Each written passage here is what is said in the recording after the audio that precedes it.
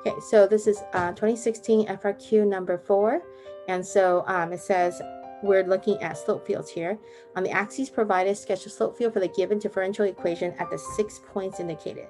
So for these 6 points, you are to plug them in into your dy dx and find out the slope. Now, there is one little shortcut. Notice that y squared is on top. So if y is 0, then we're going to have a slope of 0. So when is y 0? Y is 0 on the x-axis. So that's the only shortcut I have. So I would say on the x-axis, dy over dx equals 0. All right. So then on the x-axis, these 2 points have a horizontal slope because this is 0. All right. Nice and simple. Now the other ones you got to plug in. So let's see. We're going to look at the point 0, 1. Usually I put them in the same order. I solve them in the same order that I have the points, so it's a little bit easier to coordinate. So I start with the first point 0, 2. So that gives me 2 squared over 0 minus 1, so that's negative 4. Okay, and then the point next door is 2, 2. So that gives me 2 squared is 4 over 2 minus 1. So that gives me 4 over 1. So that's positive 4. Okay. And then the next point, 0, 1. That gives me 1 squared over 0 minus 1. So it's 1 over negative 1. So negative 1. All right. And then I have the next point. I have 2, 1. So 2 comma 1. That gives me 2 squared is 4. No, sorry. Y is 1. Wrong number here. Okay, so I have y is 1. So 1 squared is 1 over 2 minus 1 is 1. So it's positive 1. Okay, that's interesting.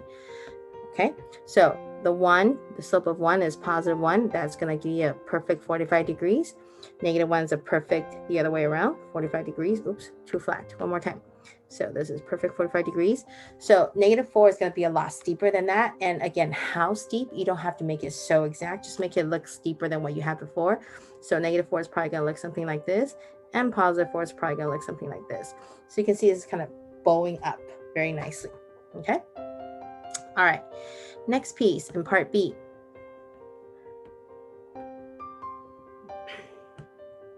Now, f of x is the particular solution to the given differential equation with the initial condition f of 2 equals 3. So you have a number here, 2 comma 3.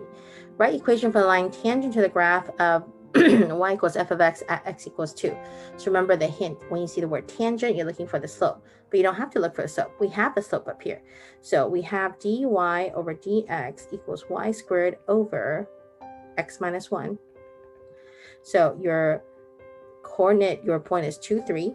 So plug that in to find your slope. Slope equals 3 squared over 2 minus 1. That's going to be 9.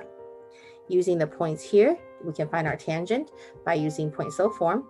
So the tangent line is y equals m times x minus x1 plus y1. So y equals 9x minus 18 plus 3. Y equals 9x minus 15.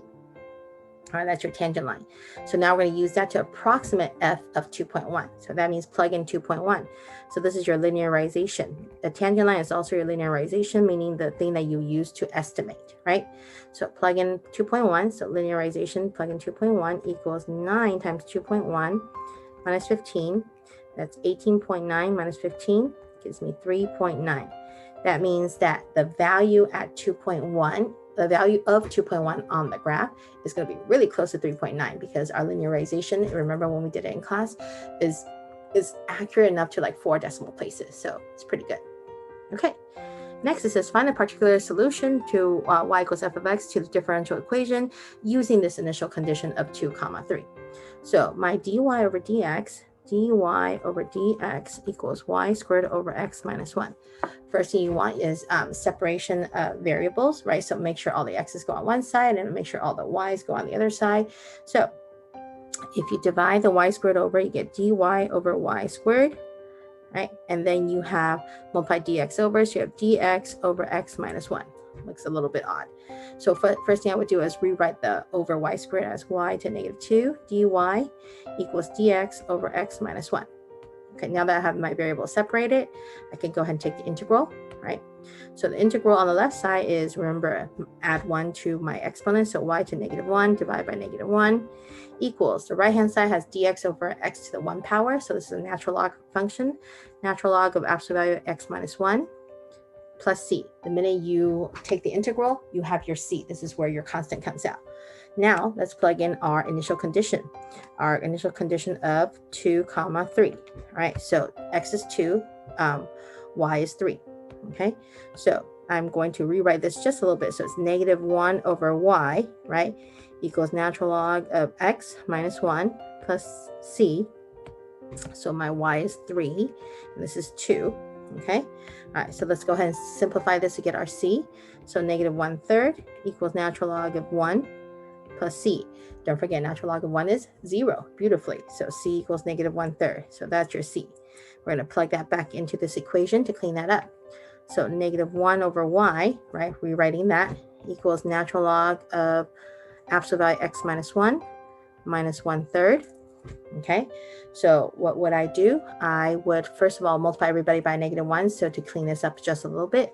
So I have 1 over y equals, the negative allows me to swap those two, so it becomes 1/3 minus natural log of absolute value x minus 1. Okay, now it's a little bit easier to see this if you can get the right hand side to be one fraction, because you have y on the left side in your denominator, so you want to write the right hand side as one fraction so you can see the flip really nicely. So I'm going to take one more step here and do my little crisscross applesauce and go so 1 minus cross 3 natural log of x minus 1 all over 3, right? And then now the easiest way to solve for y is to flip the right hand side and flip the left hand side. So flip both of them.